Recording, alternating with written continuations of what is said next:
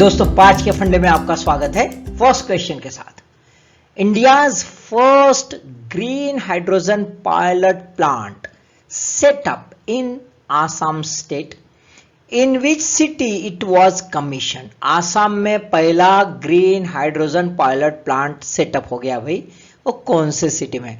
जोरहाट, बोंगाईगांव, डिब्रूगढ़ या Tezpur? Answer is a, Jorhat.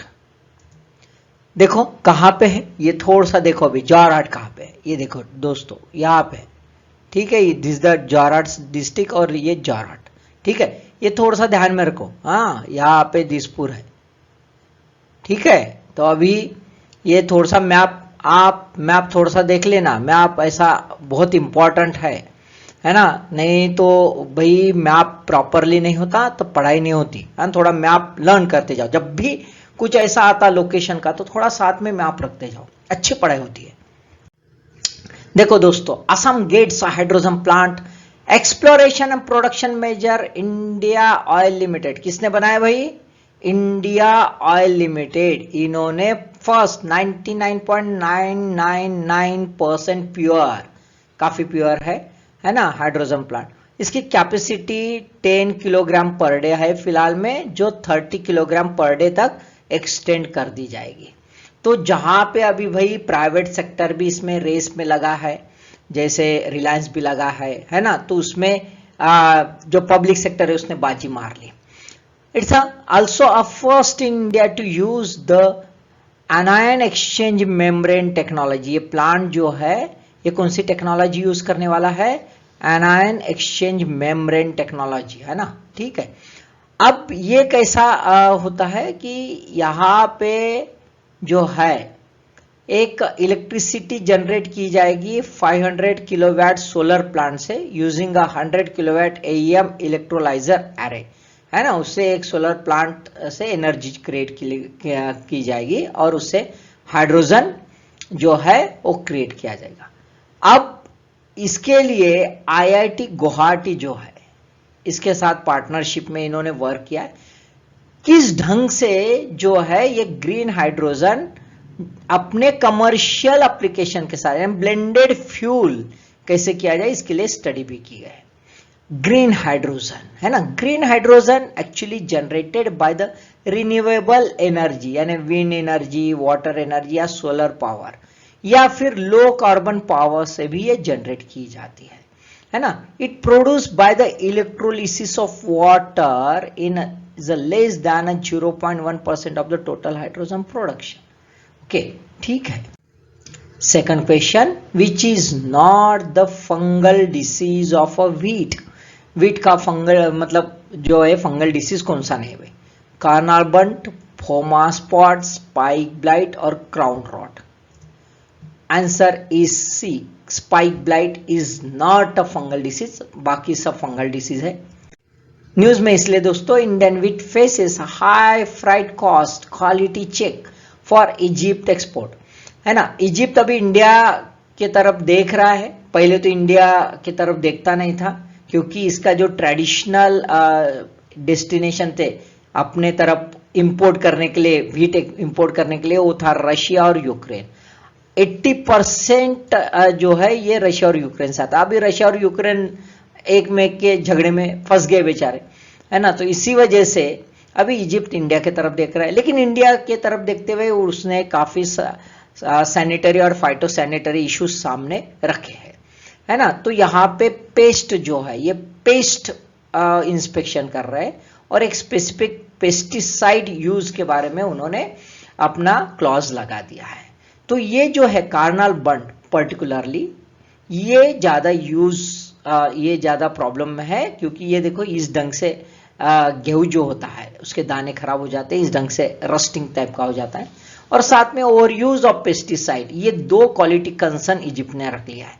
लेकिन India कहता है भाई कि हमने तो बाकी कंट्रीज को भेज दिया, उन्होंने ऑब्जेक्शन नहीं उठाया, आप उठा रहे हो। तो भाई ऐसा है कि वर्ल्ड लेवल पर कुछ कंट्रीज क्या करती है ना, तो हमने इससे भी सीखना चाहिए और इससे भी हमने हमारी जो है क्वालिटी इंप्रूव करना चाहिए। इट्स अपॉर्चुनिटी, है ना। अब ये जो है कर्नल बंट फंगल डिसीज किससे होता है ये देख लो, है ना, ये इंपॉर्टेंट है। टिलेटिया इंडिका और न्योसिया इंडिका जो है ये 2 पैथोजन से होता है। अब फ्राइट कॉस्ट दूसरा मेन इश्यू है। फ्राइट कॉस्ट भी बहुत ज्यादा है भाई, $70 पर टन जा रहा है। एक्चुअली ब्लैक सी से जब सप्लाई होती थी तो फ्राइट कॉस्ट गिरती थी $30 to $40 पर टन, तो ये इतना ज्यादा गैप है। थर्ड क्वेश्चन दोस्तों, identify the correct location in the given map of Israel. Israel का मैप है बगल में, उसमें हमें देख लेना है कौन सी सिटी है। इस्डेरोट, एश्केलॉन, जाफा, तेल अवीव, ये 4 है, आपको यहां पे सिलेक्ट करना है। ठीक है, चलो देख लेते हैं, आंसर सिलेक्ट कर लेते हैं। सी, ओके, इस्डेरोट सी, इस्डेरोट सी यहां पे है। ये इसलिए ध्यान में रखो दोस्तों क्योंकि ये जो है ये है गाजा स्ट्रिप। ठीक है, ये एरिया है गाजा स्ट्रिप है। इधर ऊपर में गोलन हाइट्स है, ये एरिया है जेरूसलम वाला एरिया है, यहाँ पे जेरूसलम वगैरह। अब बहुत इंपॉर्टेंट है, हाँ ठीक है, इसलिए एस्केलॉन जो है डी, ये एस्केलॉन है। जाफा ए, जाफा, और तेल अवीव ये कैपिटल है इजराइल की, है ना। तो ये थोड़ा सा ध्यान में रख लेना, बहुत ही इंपॉर्टेंट है।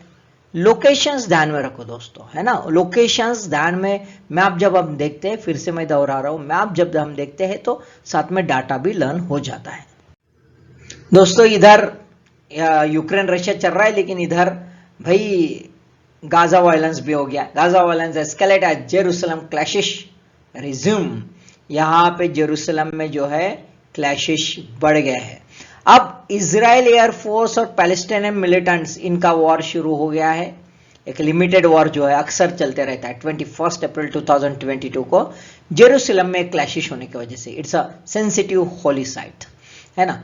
1 rocket landed to the southern Israel city of Sederot, इसीलिए सेडेरोट आया न्यूज में। और बाकी भी जो एरिया है, ये एरिया जो है यहां से मिलिटेंट ग्रुप है गाजा स्ट्रिप से, जो आराम से अटैक कर सकता है ना। उसका रेंज है भाई इतना, ये यहां तक जाता है ना। और उसने अटैक किया, और इसी वजह से ये सिटीज बहुत इंपॉर्टेंट है। Palestinian want east Jerusalem, east Jerusalem चाहते हैं पैलेस्टीनियन से, जो है वो ये भी साइड का जेरूसलम चाहते हैं, including Muslim, Christian and Jewish holy sites, a capital of future state, है ना। इजराइल जो है इन्होंने एनेक्स किया था east Jerusalem in a move not internationally recognized after capturing the area in 1967। 1967 में वॉर हो गया था और इजराइल ने यह कैप्चर कर लिया। आप यदि हिस्टोरिकल मैप देखेंगे दोस्तों तो धीरे धीरे पैलेस्टीनियन जो थे वो कम कम होते गए और इजरायली बढ़ते गए, है ना। तो ये थोड़ा सा अलग माजरा है। Fourth question, Wildlife Protection Act 1972 list schedules of the plant and animals that are afforded various degrees of protection and monitoring by the government. Government के तरफ से प्रोटेक्शन के लिए बहुत सारे शेड्यूल्स बनाए गए और बहुत सारे एनिमल्स और प्लांट्स उसमें शेड्यूल वाइज बिठाए गए based on their importance of protection and monitoring. अब भाई एक्चुअली ये कितने शेड्यूल्स है इन दिस एक्ट? क्वेश्चन इसलिए दोस्तों कि रीशेड्यूलिंग जो है गवर्नमेंट ने किया है और उसके ऊपर जो है इश्यूज आ गए और इसी वजह से ऐसा क्वेश्चन आ सकता है। फिलहाल में रीशेड्यूल जो है फाइनल हुए नहीं है, ड्राफ्ट कंडीशन में है और इसी वजह से ऐसा क्वेश्चन आ सकता है। तो how many schedules? B 6, total 6 schedules है दोस्तों और इसको 3 शेड्यूल में जो है मॉडिफाइड करके 3 शेड्यूल्स इसके ड्राफ्ट में बनाए गए हैं और इसके ऊपर ही एलिगेशंस आ गए हैं। देखो न्यूज देख लेते हैं हम। Many species missing from the schedule, जो रीशेड्यूलिंग का ड्राफ्ट बनाया है वो भाई हाउस पैनल कहता है कि भाई ये कहा गए कुछ स्पीसीज इसमें कवर ही नहीं हुई, तो उसके प्रोटेक्शन का क्या है ना। ओरिजिनल 6 थे, उसके अभी 3 बनाए गए हैं, स्ट्रीमलाइन कर दिया गया है। अब Parliamentary Standing Committee on Science, Technology, Environment, Forest and Climate Change, chaired by the Jairam Ramesh, इन्होंने कहा है कि भाई कुछ स्पीसीज छूट गई है, तो जो रीशेड्यूलिंग किया, स्ट्रीमलाइनिंग किया गया उसके इसमें ये जो छुट्टी है मिसिंग जो स्पीसीज है प्लांट और एनिमल की, उसको कवर किया जाए, है ना. As per the convention on the international trade in endangered species of wild fauna and flora, CITES, it regulate 38,000 about 38,700 species सारी दुनिया की कवर करती है. और ऐसा है वे कि इनके नॉर्म्स के हिसाब से यदि फॉलो नहीं किया तो इसमें जो ट्रेड होता है ना, इंटरनेशनल लेवल पर दूसरे कंट्रीज के साथ, वो इंडिया नहीं कर पाएगा. और इसलिए कॉन्सिस्टेंटली ये जो एक्ट है अमेंड कर दिया गया है. 2006 में लास्ट अमेंडमेंट हो गया है. अभी इसका रीशेड्यूलिंग किया जा रहा है. Then the last question, large hadron collider LSC located near Geneva on Swiss French border is the, क्या है भाई लार्ज hadron collider, ये क्या है? पार्टिकल एक्सेलरेटर है, न्यूक्लियर पावर प्लांट है, biggest telescope on the earth है, या अर्थक्वेक रिसर्च सेंटर है? Answer is a particle accelerator है. ये न्यूज में इसलिए दोस्तों कि फिलहाल में 3 साल के बाद लार्ज hadron collider रिस्टार्ट है ना, 3 साल के बाद फिर से स्टार्ट हो गया है. दुनिया का सबसे पावरफुल है, सबसे powerful. It's just like a sun on the earth, है ना, ऐसा ही हम बोल सकते हैं. ये 22 अप्रैल 2022 को इसके फिर से स्टार्ट कर दिया गया. 2 बीम्स प्रोटॉन्स की छोड़ी गई है अपोजिट डायरेक्शन में with ejection of energy of 450 billion electronvolt. आप सोच सकते हैं कितना जबरदस्त उसकी एनर्जी इंटेंसिटी होंगी, है ना. अब ये रिंग कितने इसका है? ये गोल है, रिंग है, ऐसा गोल है पूरा. ये रिंग जो है ऐसा रिंग में, ये पाइप जो है रिंग में घूमता है ऐसा. ये टोटल है 27 किलोमीटर का. ठीक है. ये कोलिडर का ये 3rd राउंड है. ये 2026 तक चलेगा. पहला राउंड 2010-12 तक हुआ, सेकंड 2015-2018 तक हुआ, है ना. अभी नए एक्सपेरिमेंट इसमें किए जाएंगे. एक फॉरवर्ड रिसर्च एक्सपेरिमेंट ये भी एक किया जाएगा, है ना. साथ में एक्चुअली ये जो बनाया गया, ये बहुत सारे जो कॉस्मोस में पजल्स है, वो पजल्स फिजिक्स के पर्टिकुलरली जैसे neutrino masses, nature of dark matter, anti matter in the present day universe, इसके बारे में जो है ये पजल जो है, कंफ्यूजन जो है, गुत्थी जो है अभी तक सुलझी नहीं है, वो सुलझाने की यहाँ पे ये एक्सपेरिमेंट लेवल पर कोशिश की जा रही है ना.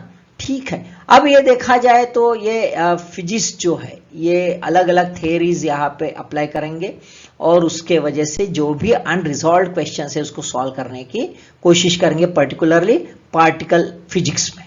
सो दोस्तों 5 क्वेश्चन समझ लो और अच्छे से पढ़ाई कर लो. All the best.